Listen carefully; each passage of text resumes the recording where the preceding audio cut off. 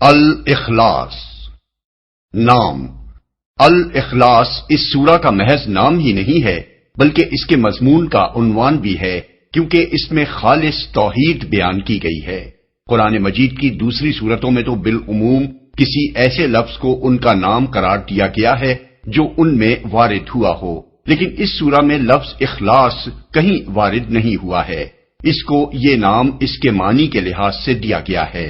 جو شخص بھی اس کو سمجھ کر اس کی تعلیم پر ایمان لے آئے گا وہ شرک سے خلاصی پا جائے گا۔ زمانہ نزول اس کے مکی اور مدنی ہونے میں اختلاف ہے، اور یہ اختلاف ان روایات کی بنا پر ہے جو اس کے سبب نزول کے بارے میں منقول ہوئی ہیں۔ ذیل میں ہم ان کو سلسلہ وار درج کرتے ہیں۔ ایک، حضرت عبداللہ بن مسعود رضی اللہ عنہ کی روایت ہے کہ قریش کے لوگوں نے رسول اللہ صلی اللہ علیہ وسلم سے کہا کہ اپنے رب کا نسب ہمیں بتائیے۔ اس پر یہ سورت نازل ہوئی طبرانی۔ اہل عرب کا یہ قاعدہ تھا کہ جب وہ کسی اجنبی شخص سے تعارف حاصل کرنا چاہتے تھے تو کہتے تھے کہ انسب ہو لنا، اس کا نسب ہمیں بتاؤ، کیونکہ ان کے ہاں تعارف میں سب سے پہلی چیز جو دریافت طلب ہوتی تھی وہ یہ تھی کہ اس کا نسب کیا ہے اور وہ کس قبیلے سے تعلق رکھتا ہے۔ اسی لیے انہوں نے جب رسول اللہ صلی اللہ علیہ وسلم سے یہ پوچھنا چاہا کہ آپ کا رب کون ہے اور کیسا ہے تو انہوں نے کہا کہ انسب لنا ربکا، اپنے رب کا نسب ہمیں بتائیے۔ دو، ابو العالیہ نے حضرت ابی بن کعب رضی اللہ عنہ کے حوالے سے بیان کیا ہے کہ مشرکین نے رسول اللہ صلی اللہ علیہ وسلم سے کہا کہ اپنے رب کا نسب ہمیں بتائیے۔ اس پر اللہ تعالیٰ نے یہ سورہ نازل فرمائی۔ مسند احمد، ابن ابی حاتم، ابن جریر، ترمذی، بخاری فی التاریخ، ابن المنذر، حاکم، بیہقی۔ ترمذی نے اسی مضمون کی ایک روایت ابو العالیہ سے نقل کی ہے جس میں حضرت ابی بن کعب رضی اللہ عنہ کا حوالہ نہیں ہے اور اسے صحیح تر کہا ہے۔ تین، حضرت جابر بن عبداللہ رضی اللہ عنہ کا بیان ہے کہ ایک اعرابی نے، اور بعض روایات میں ہے کہ لوگوں نے، نبی صلی اللہ علیہ وسلم سے کہا کہ اپنے رب کا نسب ہمیں بتائیے۔ اس پر اللہ تعالیٰ نے یہ سورت نازل فرمائی۔ ابو یعلا، ابن جریر، ابن منذر، طبرانی فی الاوسط، بیہقی، ابو نعیم فی الحلیہ۔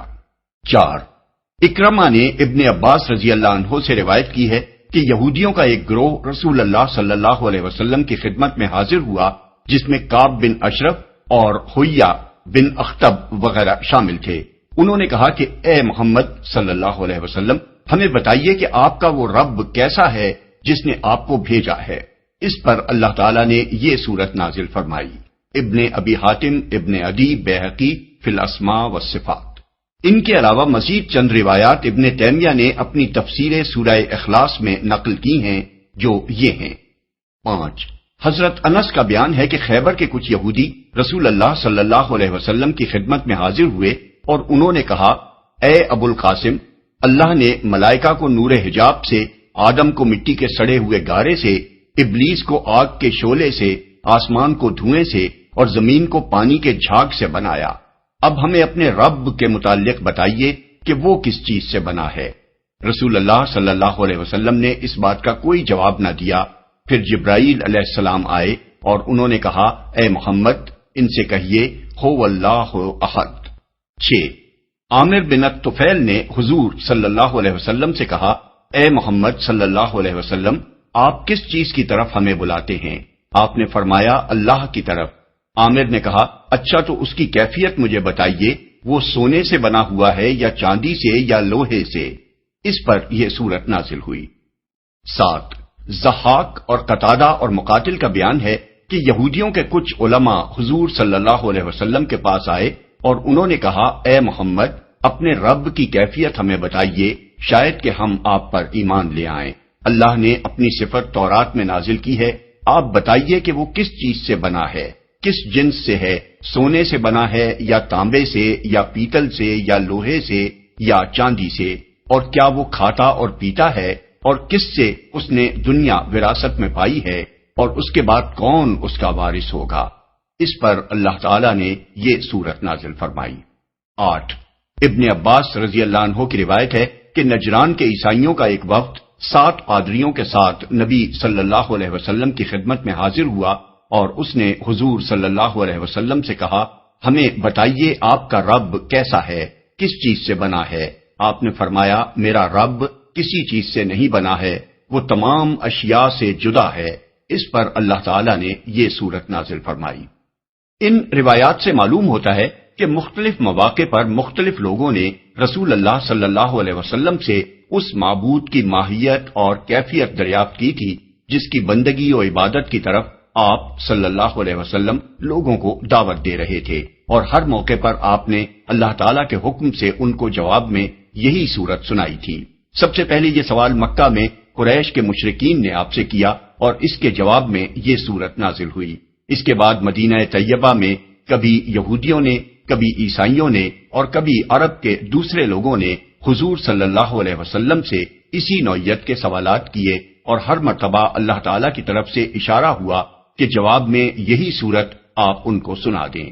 ان روایات میں سے ہر ایک میں جو یہ کہا گیا ہے کہ اس موقع پر یہ سورت نازل ہوئی تھی، اس سے کسی کو یہ خیال نہ ہونا چاہیے کہ یہ سب روایتیں باہم متضاد ہیں۔ اصل بات یہ ہے کہ کسی مسئلے کے بارے میں اگر پہلے سے کوئی آیت یا سورت نازل شدہ موجود ہوتی تھی تو بعد میں جب کبھی حضور صلی اللہ علیہ وسلم کے سامنے وہی مسئلہ پیش کیا جاتا، اللہ تعالیٰ کی طرف سے ہدایت آ جاتی تھی کہ اس کا جواب فلاں آیت یا سورت میں ہے، یا اس کے جواب میں وہ آیت یا سورت لوگوں کو پڑھ کر سنا دی جائے۔ احادیث کے راوی اس چیز کو یوں بیان کرتے ہیں کہ جب فلاں معاملہ پیش آیا یا فلاں سوال کیا گیا تو یہ آیت یا سورت نازل ہوئی۔ اس کو تکرار نزول سے بھی تعبیر کیا جاتا ہے، یعنی ایک آیت یا سورت کا کئی مرتبہ نازل ہونا۔ بس صحیح بات یہ ہے کہ یہ سورت دراصل مکی ہے، بلکہ اس کے مضمون پر غور کرنے سے محسوس ہوتا ہے کہ یہ مکہ کے بھی ابتدائی دور میں نازل ہوئی ہے، جب اللہ تعالیٰ کی ذات و صفات کے بیان میں قرآن کی مفصل آیات ابھی نازل نہیں ہوئی تھیں، اور رسول اللہ صلی اللہ علیہ وسلم کی دعوت اللہ کو سن کر لوگ یہ معلوم کرنا چاہتے تھے کہ آخر آپ کا وہ رب ہے کیسا جس کی بندگی اور عبادت کی طرف آپ لوگوں کو بلا رہے ہیں۔ اس کے بالکل ابتدائی دور کی نازل شدہ سورت ہونے کا ایک ثبوت یہ بھی ہے کہ مکہ میں جب حضرت بلال کا آقا امیہ بن خلف ان کو دھوپ میں تپتی ہوئی ریت پر لٹا کر ایک بڑا سا پتھر ان کی چھاتی پر رکھ دیتا تھا تو وہ احدن احدن پکارتے تھے۔ یہ لفظ احد اسی سورہ سے ماخوذ تھا۔ موضوع اور مضمون۔ شان نزول کے بارے میں جو روایات اوپر درج کی گئی ہیں ان پر ایک نگاہ ڈالنے سے معلوم ہو جاتا ہے کہ جب رسول اللہ صلی اللہ علیہ وسلم توحید کی دعوت لے کر اٹھے تھے اس وقت دنیا کے مذہبی تصورات کیا تھے۔ بت پرست مشرکین ان خداؤں کو پوج رہے تھے جو لکڑی، پتھر، سونے، چاندی وغیرہ مختلف چیزوں کے بنے ہوئے تھے، شکل، صورت اور جسم رکھتے تھے۔ دیویوں اور دیوتاؤں کی باقاعدہ نسل چلتی تھی، کوئی دیوی بے شوہر نہ تھی اور کوئی دیوتا بے زوجہ نہ تھا۔ ان کو کھانے پینے کی ضرورت بھی لاحق ہوتی تھی اور ان کے پرستار ان کے لیے اس کا انتظام کرتے تھے۔ مشرکین کی ایک بڑی تعداد اس بات کی قائل تھی کہ خدا انسانی شکل میں ظہور کرتا ہے اور کچھ لوگ اس کے اوتار ہوتے ہیں۔ عیسائی اگرچہ ایک خدا کو ماننے کے مدعی تھے مگر ان کا خدا بھی کم از کم ایک بیٹا تو رکھتا ہی تھا، اور باپ بیٹے کے ساتھ خدائی میں روح القدس کو بھی حصے دار ہونے کا شرف حاصل تھا۔ حتیٰ کہ خدا کی ماں بھی ہوتی تھی اور اس کی ساس بھی۔ یہودی بھی ایک خدا کو ماننے کا دعویٰ کرتے تھے مگر ان کا خدا بھی مادیت اور جسمانیت اور دوسری انسانی صفات سے خالی نہ تھا۔ وہ ٹہلتا تھا، انسانی شکل میں نمودار ہوتا تھا، اپنے کسی بندے سے کشتی بھی لڑ لیتا تھا اور ایک عدد بیٹے یعنی عزیر کا باپ بھی تھا۔ ان مذہبی گروہوں کے علاوہ مجوسی آتش پرست تھے اور سابئی ستارہ پرست۔ اس حالت میں جب اللہ وحدہ لا شریک کو ماننے کی دعوت لوگوں کو دی گئی تو ان کے ذہن میں یہ سوالات پیدا ہونا ایک لازمی امر تھا کہ وہ رب ہے کس قسم کا جسے تمام ارباب اور معبودوں کو چھوڑ کر تنہا ایک ہی رب اور معبود تسلیم کرنے کی دعوت دی جا رہی ہے۔ قرآن مجید کا یہ اعزاز ہے کہ اس نے ان سوالات کا جواب چند الفاظ میں دے کر اللہ کی ہستی کا ایسا واضح تصور پیش کر دیا جو تمام مشرکانہ تصورات کا قلع قما کر دیتا ہے اور اس کی ذات کے ساتھ مخلوقات کی صفات میں سے کسی صفت کی آلودگی کے لیے کوئی گنجائش باقی نہیں رہنے دیتا۔ فضیلت اور اہمیت۔ یہی وجہ ہے کہ رسول اللہ صلی اللہ علیہ وسلم کی نگاہ میں اس سورت کی بڑی عظمت تھی اور آپ مختلف طریقوں سے مسلمانوں کو اس کی اہمیت محسوس کراتے تھے تاکہ وہ کثرت سے اس کو پڑھیں اور عوام الناس میں اسے پھیلائیں، کیونکہ یہ اسلام کے اولین بنیادی عقیدے یعنی توحید کو 4 ایسے مختصر فقروں میں بیان کر دیتی ہے جو فوراً انسان کے ذہن نشین ہو جاتے ہیں اور آسانی سے زبانوں پر چڑھ جاتے ہیں۔ احادیث میں کثرت سے یہ روایات بیان ہوئی ہیں کہ حضور صلی اللہ علیہ وسلم نے مختلف موقعوں پر مختلف طریقوں سے لوگوں کو بتایا کہ یہ سورت 1/3 قرآن کے برابر ہے۔ بخاری، مسلم، ابو داؤد، نسائی، ترمذی، ابن ماجہ، مسند احمد، طبرانی وغیرہ میں اس مضمون کی متعدد احادیث ابو سعید خدری، ابو ہریرہ، ابو ایوب انصاری، ابو الدرداء، معاذ بن جبل، جابر بن عبداللہ، ابی بن کعب، ام کلثوم بنت عقبہ بن ابی معیط، ابن عمر، ابن مسعود، قتادہ بن نعمان، انس بن مالک اور ابو مسعود رضی اللہ تعالی عنہم اجمعین سے منقول ہوئی ہیں۔ مفسرین نے حضور صلی اللہ علیہ وسلم کے اس ارشاد کی بہت سی توجیحات بیان کی ہیں، مگر ہمارے نزدیک سیدھی اور صاف بات یہ ہے کہ قرآن مجید جس دین کو پیش کرتا ہے اس کی بنیاد 3 عقیدے ہیں، ایک توحید، دوسرے رسالت، تیسرے آخرت۔ یہ سورت چونکہ خالص توحید کو بیان کرتی ہے، اس لیے رسول اللہ صلی اللہ علیہ وسلم نے اس کو 1/3 قرآن کے برابر قرار دیا۔ حضرت عائشہ رضی اللہ عنہا کی یہ روایت بخاری و مسلم اور بعض دوسری کتب حدیث میں نقل ہوئی ہے کہ رسول اللہ صلی اللہ علیہ وسلم نے ایک صاحب کو ایک مہم پر سردار بنا کر بھیجا، اور اس پورے سفر کے دوران میں ان کا مستقل طریقہ یہ رہا کہ ہر نماز میں وہ قل هو اللہ احد پر قرأت ختم کرتے تھے۔ واپسی پر ان کے ساتھیوں نے حضور صلی اللہ علیہ وسلم سے اس کا ذکر کیا۔ آپ نے فرمایا ان سے پوچھو کہ وہ ایسا کیوں کرتے تھے۔ ان سے پوچھا گیا تو انہوں نے کہا اس میں رحمان کی صفت بیان کی گئی ہے، اس لیے اس کا پڑھنا مجھے بہت محبوب ہے۔ حضور صلی اللہ علیہ وسلم نے یہ بات سنی تو فرمایا کہ ان کو خبر دے دو کہ اللہ تعالیٰ انہیں محبوب رکھتا ہے۔ اس سے ملتا جلتا واقعہ بخاری میں حضرت انس سے مروی ہے۔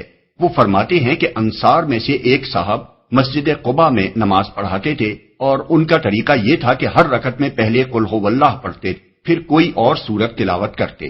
لوگوں نے اس پر اعتراض کیا اور ان سے کہا کہ یہ تم کیا کرتے ہو کہ قل هو اللہ پڑھنے کے بعد اسے کافی نہ سمجھ کر کوئی اور سورت بھی اس کے ساتھ ملا لیتے ہو، یہ ٹھیک نہیں ہے۔ یا تو صرف اسی کو پڑھو اور یا اسے چھوڑ کر کوئی اور سورت پڑھو۔ انہوں نے کہا میں اسے نہیں چھوڑ سکتا، تم چاہو تو میں تمہیں نماز پڑھاؤں ورنہ امامت چھوڑ دوں، لیکن لوگ ان کی جگہ کسی اور کو امام بنانا بھی پسند نہیں کرتے تھے۔ آخر کار معاملہ حضور صلی اللہ علیہ وسلم کے سامنے پیش کیا گیا۔ آپ نے ان سے پوچھا تمہارے ساتھی جو کچھ چاہتے ہیں اسے قبول کرنے میں تم کو کیا امر مانے ہے؟ تمہیں ہر رکعت میں یہ سورت پڑھنے پر کس چیز نے آمادہ کیا؟ انہوں نے عرض کیا مجھے اس سے بہت محبت ہے۔ آپ نے فرمایا حبو کا ایہا ادخلک الجنہ، اس سورت سے تمہاری محبت نے تمہیں جنت میں داخل کر دیا۔ بسم اللہ الرحمن الرحیم، شروع اللہ کے نام سے جو رحمان و رحیم ہے۔ قل هو اللہ احد، کہو وہ اللہ ہے یکتا۔ کہو اس حکم کے اولین مخاطب تو رسول اللہ صلی اللہ علیہ وسلم ہیں، کیونکہ آپ ہی سے یہ سوال کیا گیا تھا کہ آپ کا رب کون اور کیسا ہے، اور آپ ہی کو حکم دیا گیا کہ اس سوال کے جواب میں آپ یہ کہیں۔ لیکن حضور کے بعد ہر مومن اس کا مخاطب ہے، اسے بھی وہی بات کہنی چاہیے جس کے کہنے کا حکم حضور کو دیا گیا تھا۔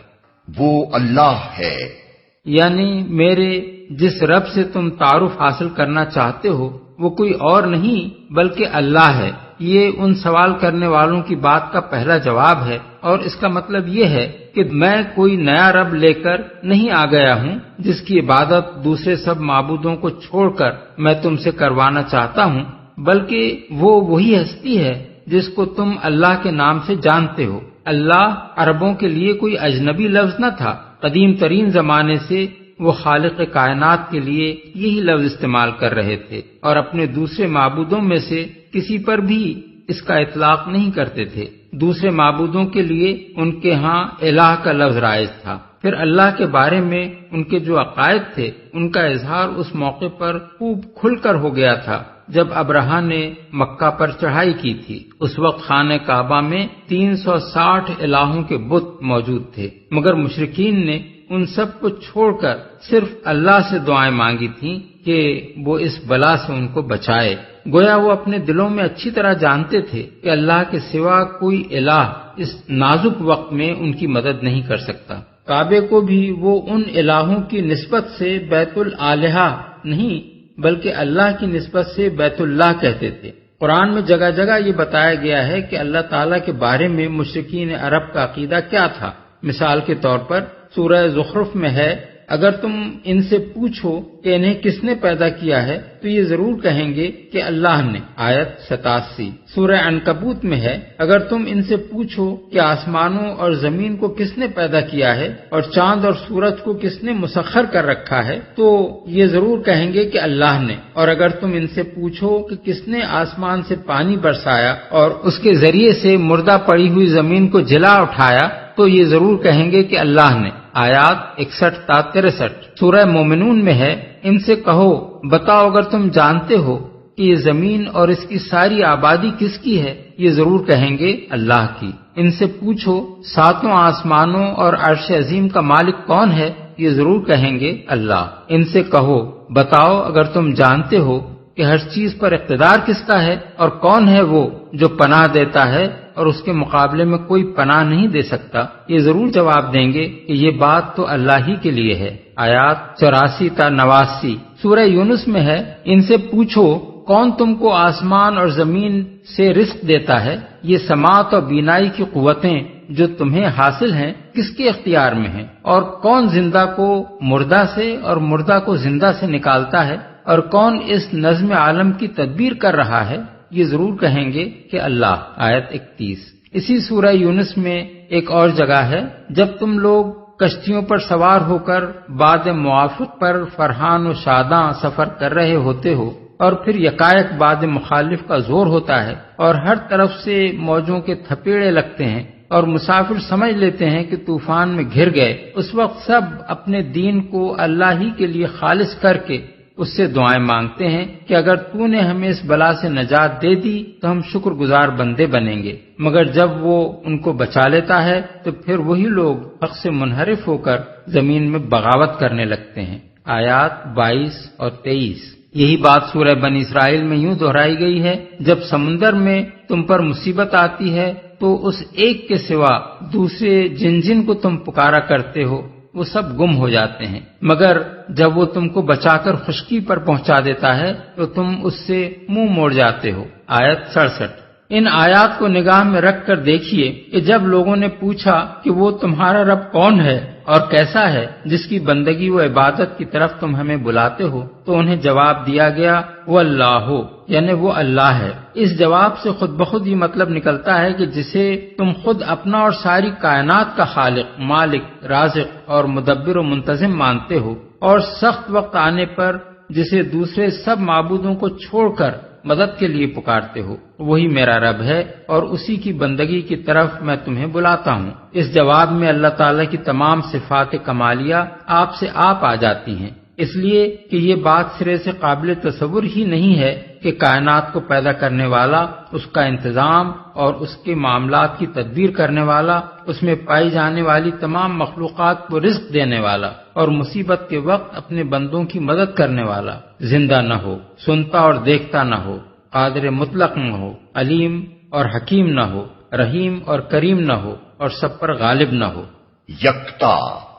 نحوی قواعد کی روح سے علماء نے هو اللہ احد کی متعدد ترکیبیں بیان کی ہیں، مگر ہمارے نزدیک ان میں سے جو ترکیب اس مقام کے ساتھ پوری مناسبت رکھتی ہے وہ یہ ہے کہ ہوا مبتدا ہے، اللہ اس کی خبر ہے اور احد اس کی دوسری خبر۔ اس ترکیب کے لحاظ سے اس جملے کا مطلب یہ ہے کہ وہ جس کے بارے میں تم لوگ سوال کر رہے ہو اللہ ہے، یکتا ہے۔ دوسرا مطلب یہ بھی ہو سکتا ہے اور زبان کے لحاظ سے غلط نہیں ہے کہ وہ اللہ ایک ہے۔ یہاں سب سے پہلے یہ بات سمجھ لینی چاہیے کہ اس جملے میں اللہ تعالیٰ کے لیے لفظ احد جس طرح استعمال کیا گیا ہے وہ عربی زبان میں اس لفظ کا غیر معمولی استعمال ہے۔ معمولاً یہ لفظ یا تو مضاف یا مضاف الیہ کے طور پر استعمال ہوتا ہے، جیسے یوم الاحد ہفتے کا پہلا دن، اور فابعثوا احدکم یعنی اپنے کسی آدمی کو بھیجو، یا نفی عام کے لیے استعمال ہوتا ہے، جیسے ما جاءنی احد یعنی میرے پاس کوئی نہیں آیا، یا عمومیت کا پہلو لیے ہوئے سوالیہ فقرے میں بولا جاتا ہے، جیسے هل عندک احد یعنی کیا تمہارے پاس کوئی ہے، یا اسی عمومیت کے پہلو سے شرطیہ جملے میں بولا جاتا ہے، جیسے ان جاءک احد یعنی اگر تمہارے پاس کوئی آئے، یا گنتی میں بولا جاتا ہے، جیسے احد، اثنان، احد عشر، 1، 2، 11۔ ان استعمالات کے سوا نزول قرآن سے پہلے کی عربی زبان میں اس امر کی کوئی نظیر نہیں ملتی کہ محض لفظ احد وصف کے طور پر کسی شخص یا چیز کے لیے بولا گیا ہو، اور نزول قرآن کے بعد یہ لفظ صرف اللہ تعالیٰ کی ذات کے لیے استعمال کیا گیا ہے، دوسرے کسی کے لیے کبھی استعمال نہیں کیا گیا۔ اس غیر معمولی طرز بیان سے خود بخود یہ ظاہر ہوتا ہے کہ یکتا و یگانہ ہونا اللہ کی خاص صفت ہے، موجودات میں سے کوئی دوسرا اس صفت سے متصف نہیں ہے، وہ ایک ہے، کوئی اس کا ثانی نہیں۔ پھر جو سوالات مشرکین اور اہل کتاب نے رسول اللہ صلی اللہ علیہ وسلم سے آپ کے رب کے بارے میں کیے تھے، ان کو نگاہ میں رکھتے ہوئے دیکھیے کہ هو اللہ کہنے کے بعد احد کہہ کر ان کا جواب کس طرح دیا گیا ہے۔ اولاً اس کے معنی یہ ہیں کہ وہی اکیلا رب ہے، کسی دوسرے کا ربوبیت میں کوئی حصہ نہیں ہے، اور چونکہ الہ یعنی معبود وہی ہو سکتا ہے جو رب یعنی مالک و پروردگار ہو، اس لیے الوہیت میں بھی کوئی اس کا شریک نہیں۔ ثانیاً اس کے معنی یہ بھی ہیں کہ وہی تنہا کائنات کا خالق ہے، تخلیق کے اس کام میں کوئی اور اس کا شریک نہیں ہے، وہی اکیلا مالک الملک ہے، نظام عالم کا مدبر و منتظم ہے، اپنی مخلوقات کا رزق رساں ہے، اور آڑے وقت میں مدد کرنے والا فریاد رس ہے۔ خدائی کے ان کاموں میں جن کو تم خود مانتے ہو کہ یہ اللہ کے کام ہیں، کسی دوسرے کا قطعاً کوئی حصہ نہیں ہے۔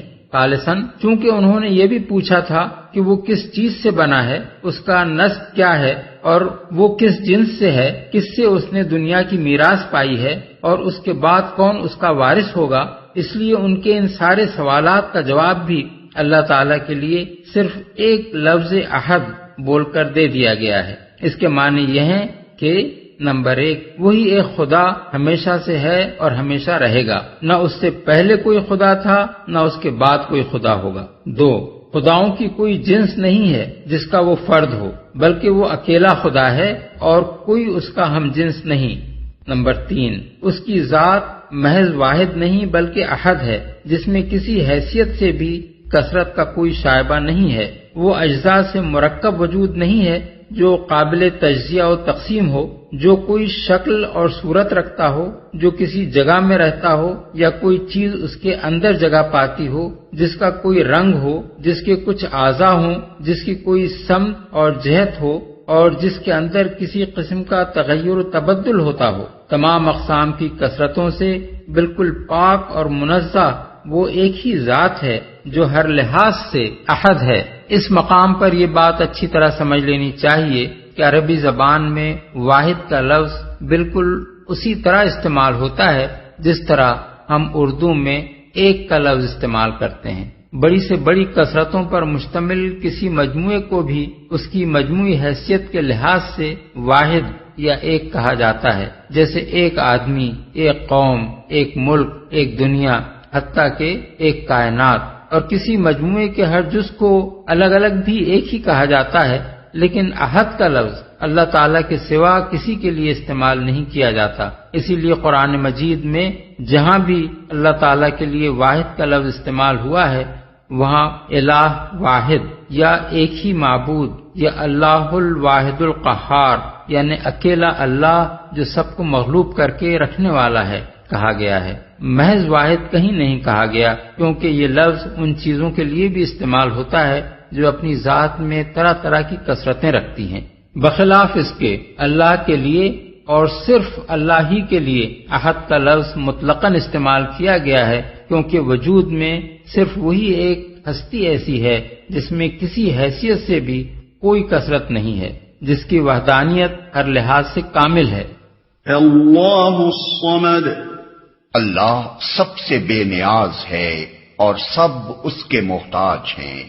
اصل میں لفظ صمد استعمال کیا گیا ہے جس کا مادہ صاد میم دال ہے۔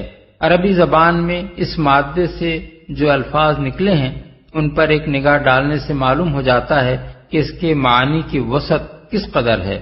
الصمد، قصد کرنا، بلند مقام جو بڑی ضخامت رکھتا ہو، سطح مرتفع، وہ آدمی جسے جنگ میں بھوک پیاس نہ لگتی ہو، وہ سردار جس کی طرف حاجات میں رجوع کیا جاتا ہو۔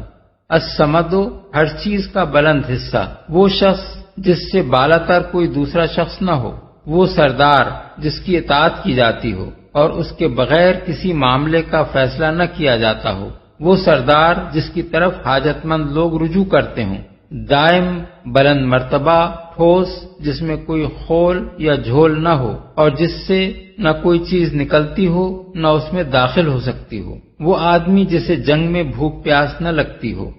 المسمد، ٹھوس چیز جس کا کوئی جوف نہ ہو۔ المسمد، مقصود جس کی طرف جانے کا قصد کیا جائے، سخت چیز جس میں کوئی کمزوری نہ ہو۔ بیتم مسمدن، وہ گھر جس کی طرف حاجات میں رجوع کیا جاتا ہو۔ بناء مسمدن، بلند عمارت۔ سمدہ و سمد الیہ سمدن، اس شخص کی طرف جانے کا قصد کیا۔ اسمد الیہ الامر، اس کے سپرد معاملہ کر دیا، اس کے آگے معاملہ پیش کر دیا، اس کے اوپر معاملے میں اعتماد کیا۔ بحوالہ صحاح، قاموس اور لسان العرب۔ ان لغوی معنوں کی بنا پر آیت اللہ الصمدوں میں لفظ صمد کی جو تفسیریں صحابہ و تابعین اور بعد کے اہل علم سے منقول ہیں انہیں ہم ذیل میں درج کرتے ہیں۔ حضرت علی، اکرمہ اور کعب احبار، صمد وہ ہے جس سے بالا تر کوئی نہ ہو۔ حضرت عبداللہ بن مسعود، حضرت عبداللہ بن عباس اور ابو وائل شقیق بن سلمہ، وہ سردار جس کی سیادت کامل ہو اور انتہا کو پہنچی ہوئی ہو۔ ابن عباس کا دوسرا قول، صمد وہ ہے جس کی طرف لوگ کسی بلا یا مصیبت کے نازل ہونے پر مدد کے لیے رجوع کریں۔ ان کا ایک اور قول، وہ سردار جو اپنی سیادت میں، اپنے شرف میں، اپنی عظمت میں، اپنے حلم و بردباری میں، اپنے علم میں اور اپنی حکمت میں کامل ہو۔ حضرت ابو ہریرہ، وہ جو سب سے بے نیاز ہو اور سب اس کے محتاج ہوں۔ اکرمہ کے دوسرے اقوال، وہ جس میں سے نہ کوئی چیز کبھی نکلی ہو نہ نکلتی ہو، جو نہ کھاتا ہو نہ پیتا ہو۔ اسی کے ہم معنی اقوال شعبی اور محمد بن کعب القرظی سے بھی منقول ہیں۔ سدئی، مطلوب چیزیں حاصل کرنے کے لیے لوگ جس کا قصد کریں اور مصائب میں مدد کے لیے جس کی طرف رجوع کریں۔ سعید بن جبیر، وہ جو اپنی تمام صفات اور اعمال میں کامل ہو۔ ربی بن انس، وہ جس پر کوئی آفت نہ آتی ہو۔ مقاتل بن حیان، وہ جو بے عیب ہو۔ ابن کیسان، وہ جس کی صفت سے کوئی دوسرا متصف نہ ہو۔ حسن بصری اور قتادہ، جو باقی رہنے والا اور لازوال ہو۔ اسی سے ملتے جلتے اقوال مجاہد اور معمر اور مرہ الحمدانی سے بھی منقول ہیں۔ مرہ الحمدانی کا ایک اور قول یہ ہے کہ وہ جو اپنی مرضی کے مطابق جو چاہے فیصلہ کرے اور جو کام چاہے کرے، اس کے حکم اور فیصلے پر نظر ثانی کرنے والا کوئی نہ ہو۔ ابراہیم نخعی، وہ جس کی طرف لوگ اپنی حاجتوں کے لیے رجوع کریں۔ ابو بکر الانباری، اہل لغت کے درمیان اس میں کوئی اختلاف نہیں ہے کہ صمد اس سردار کو کہتے ہیں جس سے بالاتر کوئی اور سردار نہ ہو اور جس کی طرف لوگ اپنی حاجات اور اپنے معاملات میں رجوع کریں۔ اسی کے قریب الزجاج کا قول ہے، وہ کہتے ہیں کہ صمد وہ ہے جس پر سرداری ختم ہو گئی ہو اور ہر ایک اپنی حاجات کے لیے جس کی طرف رجوع کرے۔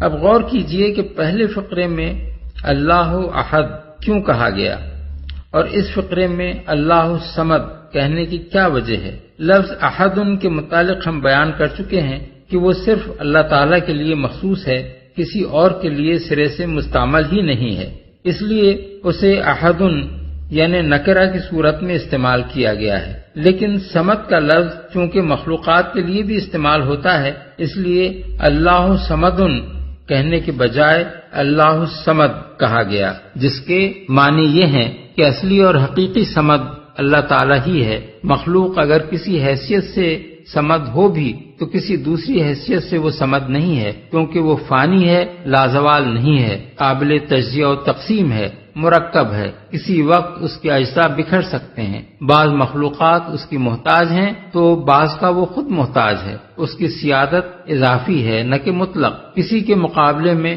وہ برتر ہے تو اس کے مقابلے میں کوئی اور برتر ہے۔ بعض مخلوقات کی بعض حاجات کو وہ پورا کر سکتا ہے، مگر سب کی تمام حاجات کو پورا کرنا کسی مخلوق کے بس میں نہیں ہے۔ بخلاف اس کے اللہ تعالیٰ کی صمدیت ہر حیثیت سے کامل ہے، ساری دنیا اس کی محتاج ہے اور وہ کسی کا محتاج نہیں۔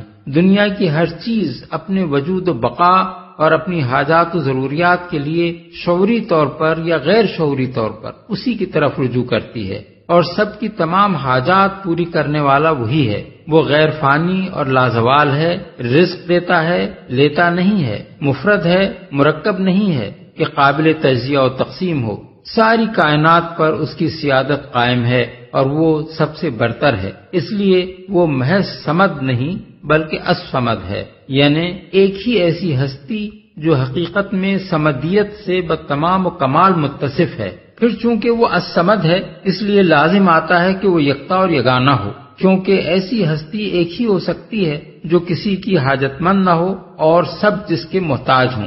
دو یا زائد ہستیاں سب سے بے نیاز اور سب کی حاجت روا نہیں ہو سکتی۔ نیز اس کے الصمد ہونے سے یہ بھی لازم آتا ہے کہ وہی ایک معبود ہو، کیونکہ انسان عبادت اسی کی کرتا ہے جس کا وہ محتاج ہو، اور اس سے یہ بھی لازم آتا ہے کہ اس کے سوا کوئی معبود نہ ہو، کیونکہ جو حاجت روائی کی طاقت اور اختیارات ہی نہ رکھتا ہو اس کی بندگی و عبادت کوئی ہوش مند آدمی نہیں کر سکتا۔ لم يلد ولم يولد ولم يكن له كفوا احد۔ نہ اس کی کوئی اولاد ہے اور نہ وہ کسی کی اولاد، اور کوئی اس کا ہمسر نہیں ہے، نہ وہ کسی کی اولاد۔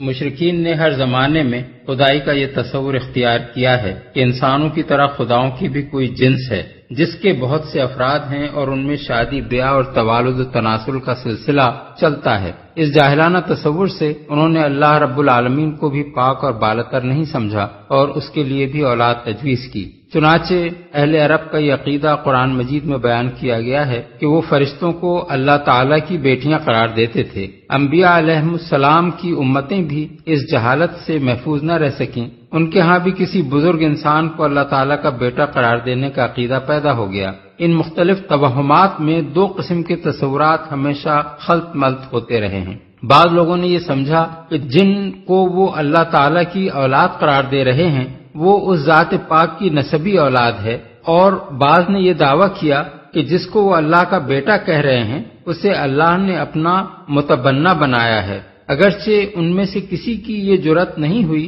کہ معاذ اللہ کسی کو اللہ کا باپ قرار دیں، لیکن ظاہر ہے کہ جب کسی ہستی کے متعلق یہ تصور کیا جائے کہ وہ توالد و تناسل سے پاک نہیں ہے، اور اس کے بارے میں یہ خیال کیا جائے کہ وہ بھی انسان کی طرح اس قسم کی کوئی ہستی ہے جس کے ہاں اولاد پیدا ہوتی ہے اور جس کو لاولد ہونے کی صورت میں کسی کو بیٹا بنانے کی ضرورت پیش آتی ہے، تو پھر انسانی ذہن اس گمان سے محفوظ نہیں رہ سکتا کہ اسے بھی کسی کی اولاد سمجھے۔ یہی وجہ ہے کہ جو سوالات رسول اللہ صلی اللہ علیہ وسلم سے پوچھے گئے تھے ان میں ایک سوال یہ تھا کہ اللہ کا نسب کیا ہے، اور دوسرا یہ کہ کس سے اس نے دنیا کی میراث پائی ہے اور کون اس کے بعد وارث ہوگا۔ ان جاہلانہ مفروضات کا اگر تجزیہ کیا جائے تو معلوم ہو جاتا ہے کہ منطقی طور پر ان کو فرض کر لینے سے کچھ اور چیزوں کو بھی فرض کرنا لازم آتا ہے۔ اول یہ کہ خدا ایک نہ ہو بلکہ خداؤں کی کوئی جنس ہو اور اس کے افراد خدائی کے اوصاف، افعال اور اختیارات میں شریک ہوں۔ یہ بات خدا کی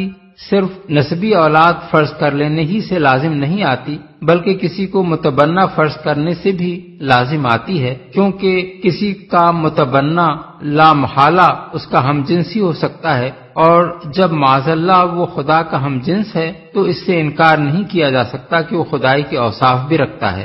دوم یہ کہ اولاد کا کوئی تصور اس کے بغیر نہیں کیا جا سکتا کہ نر و مادہ میں اتصال ہو اور کوئی مادہ باپ اور ماں کے جسم سے نکل کر بچے کی شکل اختیار کرے۔ پس اللہ کے لیے اولاد فرض کرنے سے لازم آتا ہے کہ معاذ اللہ وہ ایک مادی اور جسمانی وجود ہو، اس کی ہمجنس کوئی اس کی بیوی بھی ہو اور اس کے جسم سے کوئی مادہ بھی خارج ہو۔ سوم یہ کہ توالد و تناسل کا سلسلہ جہاں بھی ہے اس کی علت یہ ہے کہ افراد فانی ہوتے ہیں اور ان کی جنس کے باقی رہنے کے لیے ناگزیر ہوتا ہے کہ ان سے اولاد پیدا ہو جس سے ان کی نسل آگے چلے۔ پس اللہ کے لیے اولاد فرض کرنے سے یہ بھی لازم آتا ہے کہ وہ بذات خود معاذ اللہ فانی ہو اور باقی رہنے والی چیز خداؤں کی نسل ہو نہ کہ ذات خدا۔ نیز اس سے یہ بھی لازم آتا ہے کہ تمام فانی افراد کی طرح نعوذ باللہ خدا کی بھی کوئی ابتدا اور انتہا ہو، کیونکہ توالد و تناسل پر جن اجناس کے بقا کا انحصار ہوتا ہے ان کے افراد نہ ازلی ہوتے ہیں نہ ابدی۔ چہارم یہ کہ کسی کو متبنہ بنانے کی غرض یہ ہوتی ہے کہ ایک لاولد شخص اپنی زندگی میں کسی مددگار کا اور اپنی وفات کے بعد کسی وارث کا حاجت مند ہوتا ہے، لہذا اللہ تعالیٰ کے لیے یہ فرض کرنا کہ اس نے کسی کو بیٹا بنایا ہے اس ذات پاک کی طرف لازماً وہی سب کمزوریاں منسوب کرنا ہے جو فانی اشخاص میں پائی جاتی ہیں۔ ان تمام مفروضات کی جڑ اگرچہ اللہ تعالیٰ کو احد اور الصمد کہنے سے ہی کٹ جاتی ہے، لیکن اس کے بعد یہ ارشاد فرمانے سے کہ نہ اس کی کوئی اولاد ہے نہ وہ کسی کی اولاد، اس معاملے میں کسی اشتباہ کی گنجائش بھی باقی نہیں رہتی۔ پھر چونکہ ذات باری کے حق میں یہ تصورات شرک کے اہم ترین اسباب میں سے ہیں، اس لیے اللہ تعالیٰ نے صرف سورہ اخلاص ہی میں ان کی صاف صاف اور قطعی و حتمی تردید کرنے پر اکتفا نہیں فرمایا، بلکہ جگہ جگہ اس مضمون کو مختلف طریقوں سے بیان کیا ہے تاکہ لوگ حقیقت کو پوری طرح سمجھ لیں۔ مثال کے طور پر آیات ذیل ملاحظہ ہوں: انما اللہ الہ واحد سبحانہ ان یکون لہ ولد لہ ما فی السماوات و ما فی الارض، سورہ النساء آیت 171۔ اللہ تو بس ایک ہی خدا ہے، وہ پاک ہے اس سے کہ کوئی اس کا بیٹا ہو۔ جو کچھ آسمانوں میں ہے اور جو کچھ زمین میں ہے سب اس کی ملک ہے۔ الا انہم من افکہم لیقولون ولد اللہ وانہم لکاذبون، یعنی خوب سن رکھو، یہ لوگ دراصل اپنی من گھڑت سے یہ بات کہتے ہیں کہ اللہ اولاد رکھتا ہے، فی الواقع یہ قطعی جھوٹے ہیں۔ سورہ صافات آیات 151 اور 152۔ وَجَعَلُوا بَيْنَهُ وَبَيْنَ الْجِنَّةِ نَسَبًا وَلَقَدْ عَلِمَتِ الْجِنَّةُ إِنَّهُمْ لَمُحْضَرُونَ، سورہ الصافات آیت 158۔ یعنی انہوں نے اللہ اور فرشتوں کے درمیان نسب کا رشتہ بنا رکھا ہے، حالانکہ فرشتے خوب جانتے ہیں کہ یہ لوگ مجرموں کی حیثیت سے پیش کیے جانے والے ہیں۔ وَجَعَلُوا لَهُ مِنْ عِبَادِهِ جُزْءًا إِنَّ الْإِنسَانَ لَكَفُورٌ مُبِينٌ، سورہ الزخرف آیت 15۔ یعنی لوگوں نے اس کے بندوں میں سے بعض کو اس کا جز بنا ڈالا، حقیقت یہ ہے کہ انسان کھلا احسان فراموش ہے۔ وَجَعَلُوا لِلَّهِ شُرَكَاءَ الْجِنَّ وَخَلَقَهُمْ وَخَرَقُوا لَهُ بَنِينَ وَبَنَاتٍ بِغَيْرِ عِلْمٍ سُبْحَانَهُ وَتَعَالَى عَمَّا يَصِفُونَ بَدِيعُ السَّمَاوَاتِ وَالْأَرْضِ أَنَّىٰ يَكُونُ لَهُ وَلَدٌ وَلَمْ تَكُن لَهُ صَاحِبَةٌ وَخَلَقَ كُلَّ شَيْءٍ، سورہ الانعام آیات 100 اور 101۔ یعنی اور لوگوں نے جنوں کو اللہ کا شریک ٹھہرا دیا حالانکہ وہ ان کا خالق ہے، اور انہوں نے بے جانے بوجھے اس کے لیے بیٹے اور بیٹیاں گھڑ لیں، حالانکہ وہ پاک اور بالاتر ہے ان باتوں سے جو وہ کہتے ہیں۔ وہ تو آسمانوں اور زمین کا موجد ہے، اس کا کوئی بیٹا کیسے ہو سکتا ہے جبکہ کوئی اس کی شریک زندگی ہی نہیں ہے، اس نے ہر چیز کو پیدا کیا ہے۔ وَقَالُوا اتَّخَذَ الرَّحْمَٰنُ وَلَدًا سُبْحَانَهُ بَلْ عِبَادٌ مُّكْرَمُونَ، سورہ الانبیاء آیت 26۔ یعنی اور ان لوگوں نے کہا کہ خدا رحمان نے کسی کو بیٹا بنایا ہے، پاک ہے وہ، بلکہ جن کو یہ اس کی اولاد کہتے ہیں وہ تو بندے ہیں جنہیں عزت دی گئی ہے۔ قالوا اتخذ اللہ ولدا سبحانہ هو الغنی لہ ما فی السماوات وما فی الارض ان عندکم من سلطان بہذا تقولون علی اللہ ما لا تعلمون، سورہ یونس آیت 68۔ یعنی لوگوں نے کہہ دیا کہ اللہ نے کسی کو بیٹا بنایا ہے۔ سبحان اللہ، وہ تو بے نیاز ہے۔ آسمانوں میں جو کچھ ہے اور زمین میں جو کچھ ہے سب اس کی ملک ہے۔ تمہارے پاس اس قول کی آخر دلیل کیا ہے؟ کیا تم اللہ کے بارے میں وہ باتیں کہتے ہو جنہیں تم نہیں جانتے؟ وَقُلِ الْحَمْدُ لِلَّهِ الَّذِي لَمْ يَتَّخِذْ وَلَدًا وَلَمْ يَكُن لَّهُ شَرِيكٌ فِي الْمُلْكِ وَلَمْ يَكُن لَّهُ وَلِيٌّ مِّنَ الذُّلِّ، سورہ بنی اسرائیل آیت 111۔ یعنی اور اے نبی کہو، تعریف ہے اس خدا کے لیے جس نے نہ کسی کو بیٹا بنایا، نہ کوئی بادشاہی میں اس کا شریک ہے، اور نہ وہ عاجز ہے کہ کوئی اس کا پشتیبان ہو۔ مَتَّخَذَ اللَّهُ مِن وَلَدٍ وَمَا كَانَ مَعَهُ مِنْ إِلَٰهٍ، سورہ المومنون آیت 91۔ یعنی اللہ نے کسی کو بیٹا نہیں بنایا ہے اور کوئی دوسرا خدا اس کے ساتھ نہیں ہے۔ ان آیات میں ہر پہلو سے ان لوگوں کے عقیدے کی تردید کر دی گئی ہے جو اللہ کے لیے نسبی اولاد یا متبنہ بنائی ہوئی اولاد تجویز کرتے ہیں، اور اس کے غلط ہونے کے دلائل بھی بیان کر دیے گئے ہیں۔ یہ اور اسی مضمون کی دوسری بہت سی آیات جو قرآن مجید میں ہیں سورہ اخلاص کی بہترین تفسیر کرتی ہیں۔ ہمسر نہیں ہے۔ اصل میں لفظ کفو استعمال ہوا ہے جس کے معنی ہیں نظیر، مشابہ، مماثل، ہمرتبہ، مساوی۔ نکاح کے معاملے میں کفو کا لفظ ہماری زبان میں بھی استعمال ہوتا ہے، اور اس سے مقصود یہ ہوتا ہے کہ لڑکا اور لڑکی معاشرتی حیثیت سے برابر کی جوڑ ہوں۔ بس اس آیت کا مطلب یہ ہے کہ ساری کائنات میں کوئی نہیں ہے، نہ کبھی تھا نہ کبھی ہو سکتا ہے، جو اللہ کے مانند یا اس کا ہم مرتبہ ہو، یا جو اپنی صفات، افعال اور اختیارات میں اس سے کسی درجے میں بھی مشابہت رکھتا ہو۔ سید ابو العلا مودودی کی مارکۃ الآراء تصنیف تفہیم القرآن کی یہ CD ادارہ ترجمان القرآن کے لیے سمع و بصر نے تیار